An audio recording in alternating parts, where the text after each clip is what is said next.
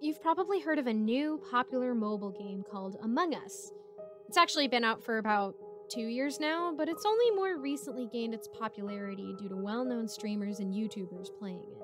And if you've ever played it, you know darn well how addictive it is. So much so, it's pretty much the reason for its success. Day by day, more people will download the game and play it on a daily basis. And, now I'm deeply concerned that others might end up like me in the same situation. I'm not here to drown in my despair or plead for help. No, I've already accepted my fate, and there's nothing I can do about it. No one can do anything about it. I'm here to warn others not to make the same mistake that I made. That being said, I'm only sharing this with you in hopes of getting a peace of mind.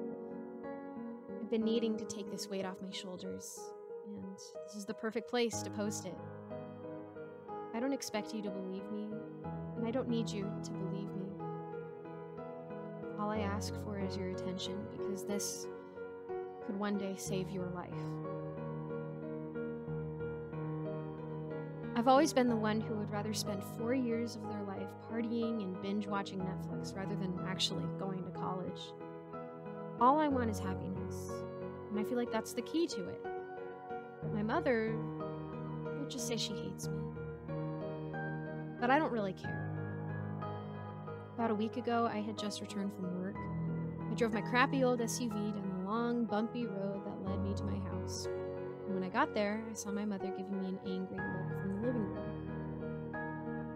Already expecting this, I prepared myself for another one of my mom's lectures. Took a deep breath before leaving my car and heading towards my house. I never liked the place. The house was filthy, had loose floorboards. I would complain as a child, but my mother, being herself, would yell at me and teach me how to be grateful. Or at the worst, hit me with a shoe. Needless to say, we never had the best relationship. I felt the chilly wind against my skin as I unlocked the door. My younger brother Derek walked by me, not even acknowledging me, before grabbing the orange juice off the counter and retreating to his room. I lazily plopped down onto the couch, barely listening to my mother's endless ramblings. "Why are you so late? I'm sick of you being like this. Maybe if you went to college and did all your work, maybe things wouldn't have been like this. You're a mess." My mother yelled before storming off. I was too tired to listen. After a long, hard day at McDonald's, all I wanted was rest and not to hear my mother's voice once and for all. But of course, that wouldn't be happening. The time had been very stressful for me. My father was on a business trip, and I was left to deal with a lot of stuff. I hated working at McDonald's, but I knew it was my only option. We lived in a mid-sized home in the shady part of New York. A month earlier, I had gotten a shot in the shoulder. My parents were left with the hospital bills, and they hated me for that. So what did I do? I grabbed a can of beer that I had kept under my bed and drank it until the last of it was down my throat. After crumbling up the can of beer, I got on my phone and mindlessly scrolled through Twitter. I couldn't help but start to sob uncontrollably. After a while of this, I decided I could do something better. Before I could text anyone, my phone buzzed, indicating a new message. "Yo, you chillin'? Meet me behind the 7-Eleven at 10 tomorrow. I got something good for you." I immediately recognized who it was. Connor and I had been best friends since childhood. Recently, he started using drugs and gambling. At first, I was hesitant to follow in his footsteps. But when times got stressful, I started vaping. I gave the message another glance, already planning to head there. I thought of a good game to play to entertain my bored mind.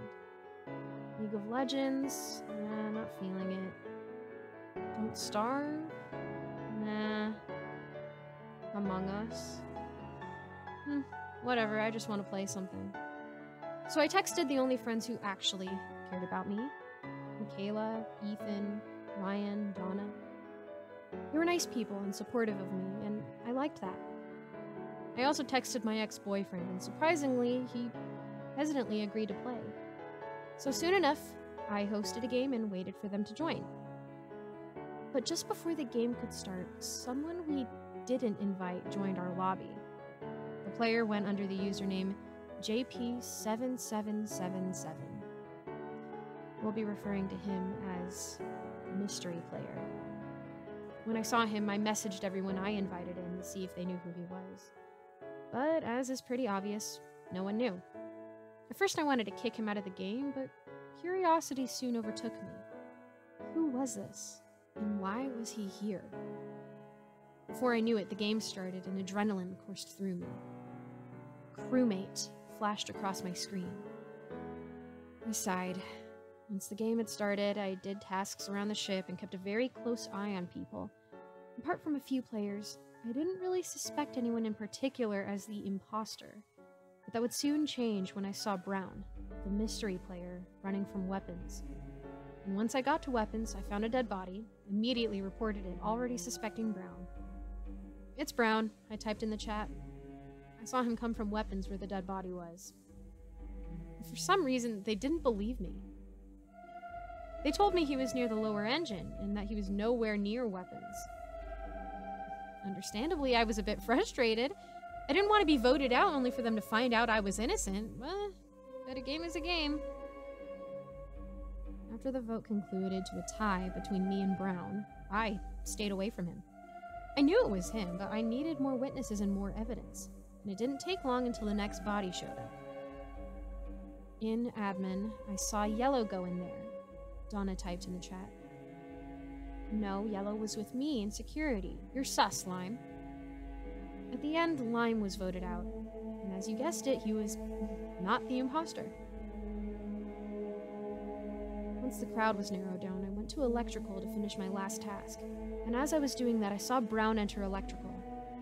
I was immediately alarmed and tried to run, but he got to me first. I watched in defeat as the short animation played out on my screen, but at that point I was too tired to yell.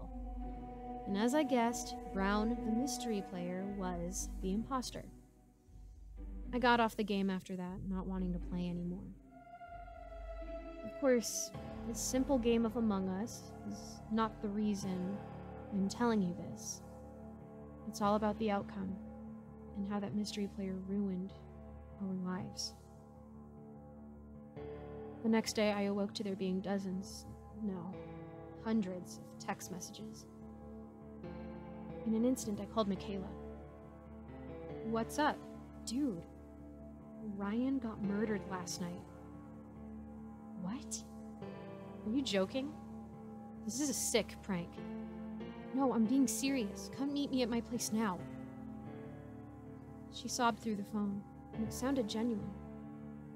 I immediately left the house without a word and headed to Michaela's place. When I got there, she was on the front porch, shocked. She walked into her house and let me in without a word. She explained with a shaky voice that Ryan had been brutally murdered.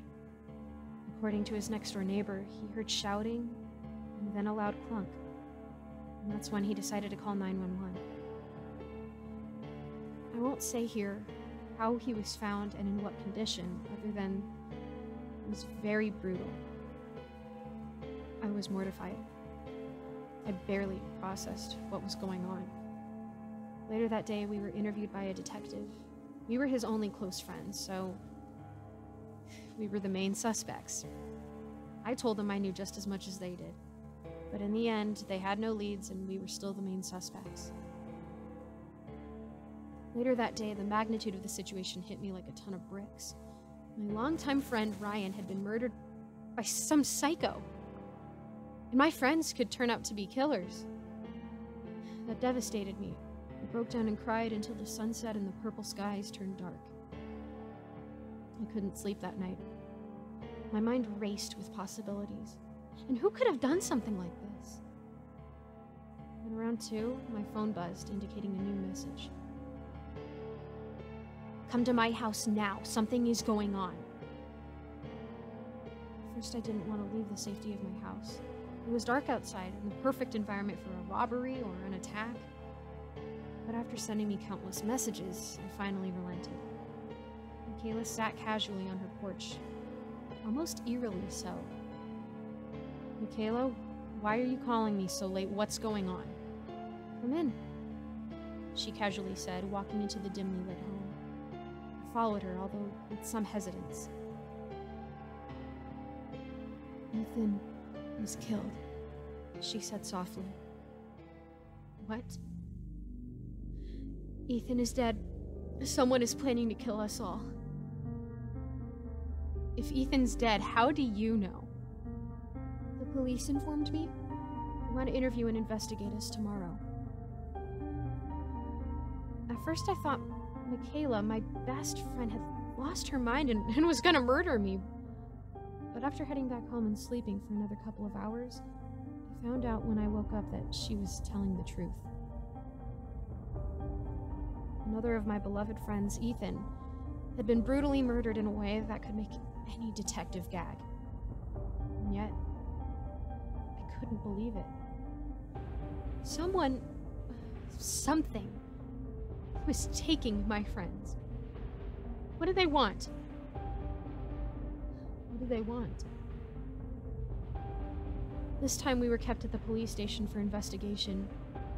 Nearly everyone who was related in any way to the case was being investigated. This was getting serious, and I considered getting into witness protection. But at the end of the day, we were allowed to leave until the next morning, where the investigation would continue.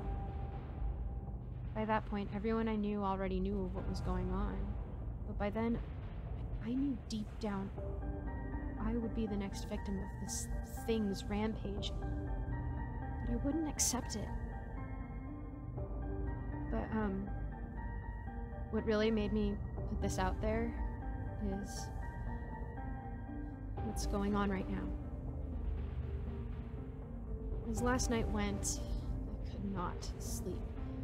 Even though I was exhausted from 48 hours of not sleeping, I couldn't bring myself to shut my eyes. I was suddenly jolted awake by a thump. I sprung up from bed and looked around.